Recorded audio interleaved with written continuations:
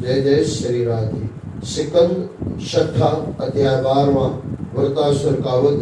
श्री सुखदेव जी ने कहा, राजन, वृतासुर रणभूमि में अपना शरीर छोड़ना चाहता था, क्योंकि उसे स्वर्ग की नहीं, उसके मन में भगवान श्री हरि के धाम को पाने की अभिलाषा थी। इसलिए जैसे प्रलय काल में केटबासुर जल में ही श्री विष्णु पर आक्रमण करने के लिए झपटा था, उसी प्रकार वृतासुर प्रभु की स्तुति पूरी करके त्रिशूल ऊंचा करके इंद्र पर झपट पड़ा। परंतु इंद्र ने किंचित भी विचलित हुए बिना वज्र से वृतासुर की बाह काट दी। एक बाह के कट जाने पर वृतासुर को बहुत क्रोध आया। उसने इंद्र के पास पहुंचकर उसकी ठोड़ी पर और गजराज ऐरावत पर परिथ से प्रहार किया। उस प्रहार के कारण इंद्र के हाथ से वज्र गिर पड़ा।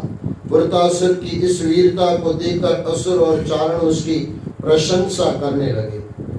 देवता लोग घबरा गए। वे इंद्र को संकट में गिरा देखकर व्याकुल हो उठे। तभी वृतासुर ने इंद्र को ललकारते हुए कहा, इंद्र, मैं निहत्थों पर वार नहीं करता, वज्र उठा और युद्ध कर। इंद्र ने वज्र उठा लिया और कहा, दानवराज, तुम सचमुच सिद्ध पुरुष हो। तुम्हारा धैर्य और निश्चय तथा भगवान के प्रति भक्ति विलक्षण है। तुमने सभी जीवों के आत्मस्वरूप भगवान श्री हरि की अभी जो स्तुति की है, वह निश्चित रूप से उत्तम है। अवश्य ही तुम माया से परे हो और राक्षस वृत्ति को छोड़कर महापुरुषों के सम्मान व्यवहार कर रहे हो। रजोगुणी वृत्ति को होते हुए भी भगवान वासुदेव में तुम्हारी सात्विक श्रद्धा और आस्था सुदृढ़ है। जो भगवान श्री हरि के चरणों में प्रेमा भक्ति रखता है, उसे जगत के भोगों की क्या आवश्यकता है। अमृत के समुद्र में विहार करने वाला गंदे जल से भरे गड्ढों में मुंह नहीं धोता। परीक्षित, इस प्रकार इंद्र और वृतासुर परस्पर बातें करते हुए युद्ध करने लगे। वृतासुर के प्रहारों को इंद्र ने काटा और एक ही झटके में उसकी दूसरी बाह भी काट दी। अपनी दोनों बाहों के कट जाने से वृतासुर तड़प उठा। उसने तत्काल अपनी माया से एक भयानक अजगर का रूप धारण किया और इंद्र की ओर मुंह खोलकर आगे बढ़ा।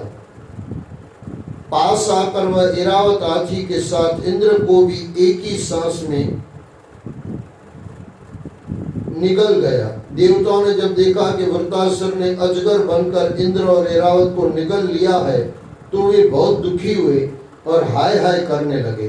परंतु इंद्र ने नारायण कवच से अपने आप को सुरक्षित रखा था, इसलिए अजगर रूपी वृतासुर के पेट में जाने के बाद भी इंद्र की मृत्यु नहीं हुई।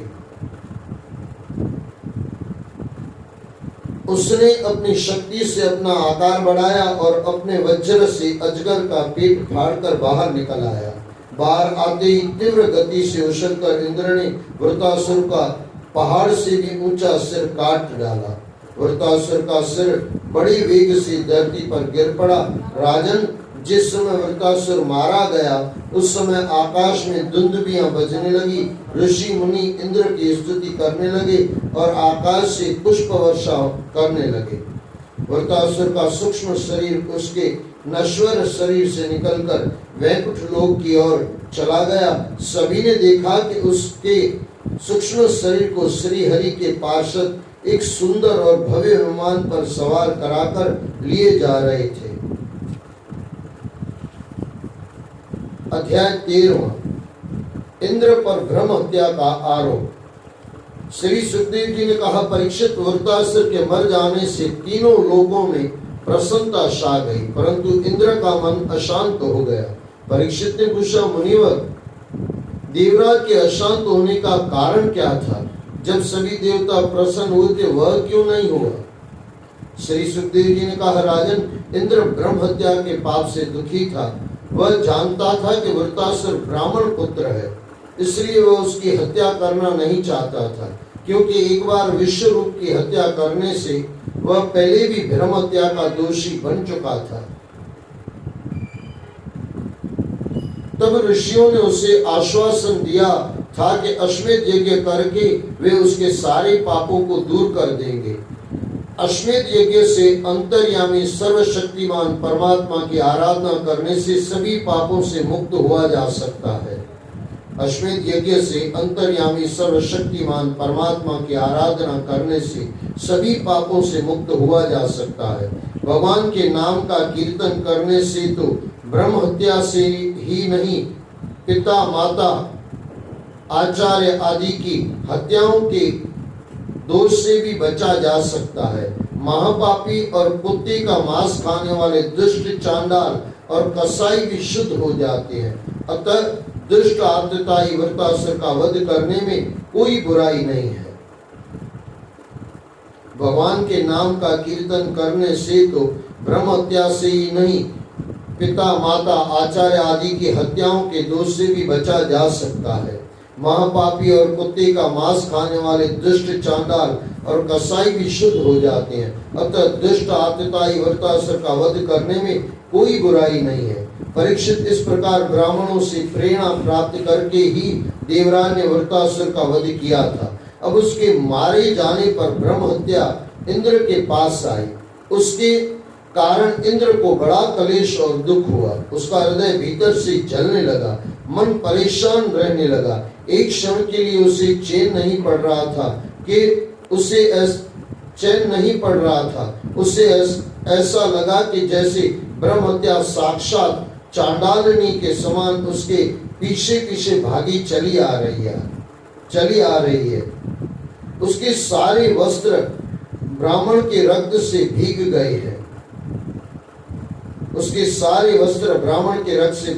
हैं। उसे लगा कि वह उसके भय से सभी दिशाओं में भागता फिर रहा है और कहीं भी उसे आश्रय नहीं मिल पा रहा है। तब वह जाकर मान सरोवर में छिप गया और 1000 वर्षों तक कमल के पत्तों में छिपा बैठा रहा और सोचता रहा कि इस ब्रह्म हत्या के पाप से छुटकारा किस प्रकार से हो। जब तक वह वहाँ छिपा बैठा रहा तब तक अपने योग बल के प्रभाव से राजा नहुष स्वर्ग का शासन करते रहे। परंतु जब नहुष ने इंद्र की पत्नी शची पर पाप दृष्टि डाली तो शची ने ऋषियों द्वारा उसे शाप दिलाकर स्वर्ग से निर्वासित करा दिया। उस वजह से नहुष को सर्प योनि में जाना पड़ा। राजन, भगवान श्री हरि के नाम का जप करके ही देवराज इंद्र के पाप नष्ट हो गए और ब्राह्मणों के बुलाने पर ही इंद्र पुनः स्वर्ग में गया। श्री विष्णु की पत्नी महादेवी लक्ष्मी ने इंद्र की रक्षा की।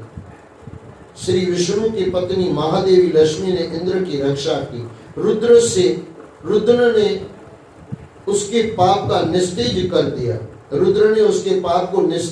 दिया।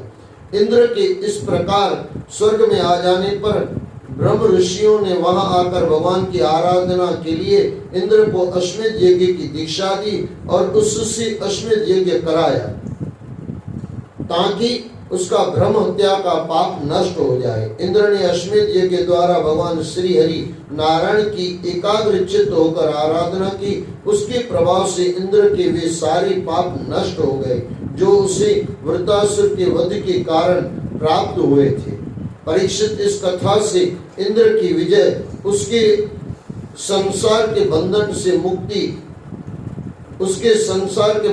मुक्ति और भगवान के भक्त वृत्तासुर के चरित्र का वर्णन हुआ। यह श्री हरि नाम का संकीर्तन सभी पापों को धो डालने वाला है और भक्ति को बढ़ाने वाला है। बुद्धिमानों को सदैव इसको पढ़ना चाहिए और भगवान के संकीर्तन में लगना चाहिए। यह जघन्य से भी जघन्य पाप को भी नष्ट कर डालता है और मंगल की श्री वृद्धि करता है। अध्याय 14 वृत्तासुर का पूर्व चरित्र वर्णन। राजा परीक्षित ने कहा, मुनिवर, वृत्तासुर तो राक्षस वृत्ति का था और सभी को सताता रहता था। देवताओं को भी उसने नहीं छोड़ा था। वह बड़ा पापी भी था। फिर भगवान नारायण के चरणों में उसकी भक्ति किस प्रकार हुई? बड़े बड़े पवित्र हृदय ऋषि मुनि भगवान की प्रेम भक्ति से वंचित रह जाते हैं। फिर वृत्रासुर ने ऐसा क्या किया जो प्रभु में उसकी सुदृढ़ भक्ति जा लगी। श्री सुखदेव जी ने कहा, राजन, यह वृतांत मैंने पूज्य पिता श्री व्यास जी के मुख से सुना था, उसे मैं तुम्हें सुनाता हूँ, ध्यान पूर्वक सुनना। प्राचीन काल की बात है कि शूरसेन देश में चक्रवर्ती सम्राट महाराजा चित्रकेतु राज्य करते थे। उनके राज्य में प्रजा अति प्रसन्न रहती थी, सर्वत्र सुख समुद्र छाई हुई थी। राजा की 1 करोड़ रानियां थी और वे संतान उत्पन्न करने में पूरी तरह समर्थ थे, परंतु महाराज चित्रकेतु संतान विहीन थे, इससे बड़े चिंतित रहते थे। कोई भी ऐश्वर्य उन्हें सुखी नहीं कर पाता था। एक दिन महर्षि अंगिरा स्वच्छंद रूप से विचरण करते हुए राजा के पास पहुंचे तो राजा ने उनका यथोचित आदर सत्कार किया और उन्हें उच्चासन बैठने के लिए दिया। चित्रकेतु भी शांत भाव से उसके पास बैठ गए। राजा के विनय भाव को देखकर महर्षि अंगिरा को बहुत प्रसन्नता हुई, परंतु राजा के चेहरे पर उन्हें चिंता की रेखाएं भी दृष्टिगोचर हुई। अंगिरा ऋषि ने राजा से कहा, राजन, तुम सब प्रकार से कुशल से तो हो। गुरु, मंत्री, राष्ट्र, दुर्ग, कोश, सेना और मित्र के कारण तुम्हें कोई असुविधा तो नहीं है, क्योंकि एक राजा की कुशलता इन 7 प्रकृतियों के कारण रह पाती है और ये भी राजा की कुशलता में समृद्धि प्राप्त कर पाती है। क्या तुम्हारी रानियां, प्रजा, सलाहकार, सेवक, व्यापारी, मंत्री, नागरिक, सेना अधिकारी और पुत्र तुम्हारी आज्ञा में नहीं रहते हैं? सेना अधिकारी और पुत्र तुम्हारी आज्ञा में रहते हैं? क्या तुम्हारी रानियां, प्रजा, सलाहकार, सेवक, व्यापारी, मंत्री, नागरिक, सेना अधिकारी और पुत्र तुम्हारी आज्ञा में रहते हैं? राजन, वास्तविकता तो यह है कि जिसका मन अपने वश में होता है उसके वश में ये सभी रहते हैं, परंतु मैं देख रहा हूँ तुम्हारे चेहरे पर संतुष्टि के भाव नहीं है। तुम मुझे चिंतित दिखाई पड़ रहे हो। तुम्हारे इस असंतोष का कारण क्या है? सम्राट चित्रकेतु ने कहा, भगवान, जिन योगियों के सारे पाप उनकी तपस्या, ज्ञान, धारणा, ध्यान और समाधि से नष्ट हो जाते हैं, उनके लिए दूसरों के मन की बात को जान लेना क्या कठिन है? भगवान, जिन योगियों के सारे पाप उनकी तपस्या, ज्ञान, धारणा, ध्यान और समाधि से नष्ट हो जाती हैं, उनके लिए दूसरों के मन की बात को जान लेना क्या कठिन है? फिर भी आपने पूछा है तो मैं आपको बताता हूँ, मुझे संसार के प्राय सभी भौतिक सुख प्राप्त है, परंतु संतान न होने के कारण यह सारा ऐश्वर्य मेरे लिए व्यर्थ है। मैं सोच रहा हूँ कि संतान न होने की दशा में मैं अपने पितरों का पिंडदान कैसे करवा पाऊंगा। अब आप ही संतान प्राप्ति का कोई उपाय मुझे बताइए और मेरी चिंता को दूर कीजिए। परीक्षित, जब राजा चित्रकेतु ने इस प्रकार ऋषि अंगिरा से कहा तो उन्होंने एक चरु निमित्त करके यज्ञ किया और उस चरु को राजा चित्रकेतु की सबसे बड़ी रानी कृतघृति को दे दिया और राजा से कहा, राजन, तुम्हारी पत्नी को एक पुत्र होगा जो तुम्हें हर्ष और शोक दोनों ही देगा। यह कहकर ऋषि अंगिरा आशीर्वाद देकर चले गए। उस चरु रूपी प्रसाद के खाने से रानी कृतघृति को गर्भ ठहर गया। वह गर्भ धीरे धीरे बढ़ने लगा। समय आने पर कृतघृति ने एक पुत्र को जन्म दिया। पुत्र पाकर राजा चित्रकेतु बहुत प्रसन्न हुआ। उन्होंने उचित समय पर अपने पुत्र का जात कर्म संस्कार कराया और ब्राह्मणों को खुले हाथों दान दक्षिणा देकर विदा किया। अपने पुत्र में राजा चित्रकेतु को दिनों दिन आसक्ति बढ़ने लगी। अपने पुत्र में राजा चित्रकेतु को दिनों दिन आसक्ति बढ़ने लगी। माता कृतघृति का भी मोह बहुत बढ़ गया था, परंतु दूसरी 7 रानियों को संतान प्राप्ति न होने के कारण ईर्ष्या होने लगी। राजा भी अब उनकी ओर अधिक ध्यान नहीं देता था। इस कारण भी वे चिढ़ने लगी थी। राजा की उपेक्षा उन्हें हार्दिक कष्ट पहुंचाती थी। वे आपस में मिलती तो बातें करती। बहन, पुत्रहीन बांझ स्त्री बहुत अभागिन होती है। पुत्र वाली सौत उससे दासी जैसा व्यवहार करती है और बात बात में ताने मारकर उसका अपमान करती है। इसके अतिरिक्त प्राण प्रिय पतिदेव भी उससे मुंह मोड़ लेते हैं। वास्तव में पुत्रहीन स्त्री धिक्कार के योग्य है। पुत्रहीन दासियां तब अपने पतियों की सेवा करके सम्मान पाती है। पुत्रवती दासियां तब अपने पतियों की सेवा करके सम्मान पाती है, किंतु पुत्रहीन पत्नी के भाग्य में यह सुख कहाँ। परीक्षित इस प्रकार राजा की दूसरी स्त्रियां पुत्रवती महारानी से ईर्ष्या किया करती थी और उसे दुखी करने के अवसर ढूंढती रहती थी। एक बार चिढ़कर एक सौत ने नन्हे बालक को विष दे दिया। महारानी कृतघ्रती को अपनी सौत से इस षड्यंत्र का जरा भी पता नहीं था। महारानी कृतघ्रती को अपनी सौत के इस षड्यंत्र का जरा भी पता नहीं था। उन्होंने समझा कि बच्चा सो रहा है, इसलिए वह अपने अन्य कार्यों में लगी रही, लेकिन बहुत देर तक भी बच्चे के रोने का स्वर सुनाई नहीं दिया और वह सोकर भी नहीं उठा। तो महारानी को चिंता हुई। वह बालक के पास आई और उसे हिलाने डुलाने लगी, परंतु बालक तो मर चुका था। जीवन का कोई चिन्ह उसमें शेष नहीं था। महारानी उसकी ऐसी दशा देखकर दहाड़ मार मार कर रोने लगी और धरती पर बार बार अपना सिर पटकने लगी। महारानी का रुदन सुनकर महल के सभी दास दासी और अन्य सौते दौड़ कर वहां आई और सहानुभूति दिखाती हुई वे भी जोर जोर से रोने लगी। राजा चित्रकेतु को पता चला तो वह बदहवास सा दौड़ता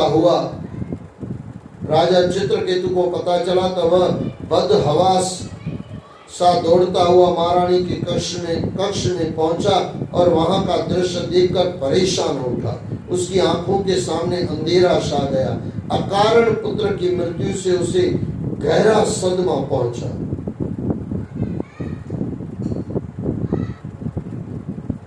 अकारण पुत्र की मृत्यु से उसे गहरा सदमा पहुंचा। वह बालक के पास ही पछाड़ खाकर गिर पड़ा। मंत्रीगण राजा को संभालने लगे। सर्वत्र विलाप करती स्त्रियां और दास दासी और राजा के रुदन ने वहां का वातावरण अत्यंत कारुणिक बना दिया। सभी शोकग्रस्त हो रहे थे। पाखंडी हत्यारण सौत सबसे ज्यादा चीख चिल्ला रही थी। वह कहने लगी, हाय रे विधाता, तूने यह क्या कर दिया। यह कैसा समय आ गया कि बड़े बुजुर्ग तो अभी तक बैठे हैं, पर ये नन्हे नन्हे बालक मृत्यु को प्राप्त हो रहे हैं। तू वास्तव में बड़ा निष्ठुर और जीवों का शत्रु है। तू अपनी सृष्टि वृद्धि के लिए ही मनुष्यों को स्नेह बंधन में बांधता है, परंतु इस प्रकार नन्हे नन्हे बच्चों को मारकर तू कौन से कर्मों का बदला ले रहा है।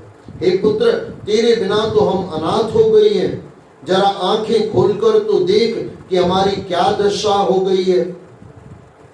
तेरे पिता भी कितने शोक संतप्त हो रहे हैं। हे पुत्र, यह यमराज अत्यंत निर्दयी है, तुम इसके साथ मत जाओ। आंखें खोलो मेरे लाल, देखो तो तुम्हारी माँ बेहाल हुई जा रही है। उसकी छातियों का दूध उफना पड़ रहा है, थोड़ा सा दूध तो पी लो मेरे लाल। परीक्षित इस प्रकार उसके विलाप को देखकर लोग उसे समझाते और सांत्वना देने लगे। परीक्षित इस प्रकार उसके विलाप को देखकर लोग उसे समझाते और सांत्वना देने लगे। वह और भी जोर जोर से रोने लगी। इतनी जोर से तो वह भी नहीं रो रही थी जिसकी कोख का लाल मौत के मुंह में समा गया था। इतनी जोर से तो वह भी नहीं रो रही थी जिसकी कोख का लाल मौत के मुंह में समा गया था। सारा नगर ही राजा के साथ शोक मग्न हो रहा था। तब अपनी दिव्य दृष्टि से जानकर महर्षि अंगिरा और देवर्षि नारद वहां पर आए। अध्याय 15। देवर्षि नारद और महर्षि अंगिरा द्वारा चित्रकेतु को सांत्वना। श्री सुखदेव जी ने कहा, परीक्षित, जब राजा चित्रकेतु और महारानी कुंती अपने मृत बालक के पास रुदन करते हुए शोकग्रस्त बैठे थे, तभी देवर्षि नारद और महर्षि अंगिरा वहां पहुंचे और उन्हें तरह तरह की उक्तियां सुनाकर समझाने लगे। उन्होंने कहा, राजेंद्र, जिस बालक के लिए तुम इतना शोक कर रहे हो, यह पहले जन्म में तुम्हारा कौन था? उससे तुम्हारा क्या संबंध था? अगले जन्म में भी तुम्हारा इसके साथ क्या संबंध होगा? इसे क्या तुम जानते हो? जैसे जल के तेज प्रवाह में बालू के कण एक दूसरे से मिलते रहते हैं और विछड़ते रहते हैं, वैसे ही समय के प्रवाह में प्राणियों का मिलन और विछोह होता रहता है। राजन, जैसे कुछ बीजों से दूसरे बीज उत्पन्न होते हैं और नष्ट हो जाते हैं, वैसे ही भगवान की माया से प्रेरित होकर प्राणियों से प्राणी उत्पन्न होते हैं और नष्ट हो जाते हैं। जितने भी प्राणी इस जन्म में दिखाई पड़ते हैं, वे पहले जन्म में नहीं थे और न अगले जन्म में होंगे। भगवान ही सभी प्राणियों के अधिपति हैं। उन प्रभु में जन्म और मृत्यु का विकार नहीं है। उन प्रभु में जन्म और मृत्यु का विकार नहीं है। वे अविनाशी सत्य स्वरूप हैं। उन्हें किसी की इच्छा नहीं है और न किसी से वे कोई अपेक्षा रखते हैं। वे प्राणियों का निर्माण करते हैं, उन्हें पालते हैं और नष्ट कर देते हैं। जैसे बच्चे मिट्टी के घर घरौंदे बनाते हैं और फिर उन्हें बिगाड़ देते हैं। राजन, महर्षि के समझाने पर राजा का कलेश थोड़ा कम हुआ और उन्होंने अपने आंसू पोंछे। तब महर्षि ने राजा से कहा, राजन, जिस समय तुम पुत्र के लिए लालाए थे, तब मैंने तुम्हें पुत्र दिया। मैं अंगिरा हूँ, ये देवर्षि नारद है। राजन, जो भगवान श्री हरि और ब्राह्मणों का भक्त है, उसे किसी प्रकार का भी शोक नहीं करना चाहिए। तुमने देखा कि पुत्रवानों को कितना दुख होता है। यही बात सभी भौतिक पदार्थों के बारे में निश्चित है। तुमने देखा कि पुत्रवानों को कितना दुख होता है। यही बात सभी भौतिक पदार्थों के बारे में निश्चित है। सभी परिजन और संपत्तियां नाशवान है। इन सभी का वियोग दुख का कारण है। आज ये दिखाई देते हैं, दूसरे ही क्षण अलग होकर अदृश्य हो जाते हैं। देवर्षि नारद ने कहा, राजन, तुम एकाग्र चित्त से यह मंत्र धारण करो। इसे धारण करने से 7 रात में तुम्हें भगवान संकर्षण के दर्शन होंगे। प्राचीन काल में भगवान शंकर आदि ने श्री संकर्षण देव के ही चरण कमलों का आश्रय लिया था। प्राचीन काल में भगवान शंकर आदि ने श्री संकर्षण देव के ही चरण कमलों का आश्रय लिया था और उनका अपना अस्तित्व भी उन्हीं में लीन हो गया था। इसी प्रकार तुम भी बहुत शीघ्र भगवान के उसी परम पद को प्राप्त कर लोगे। अध्याय 15वां समाप्त हुआ।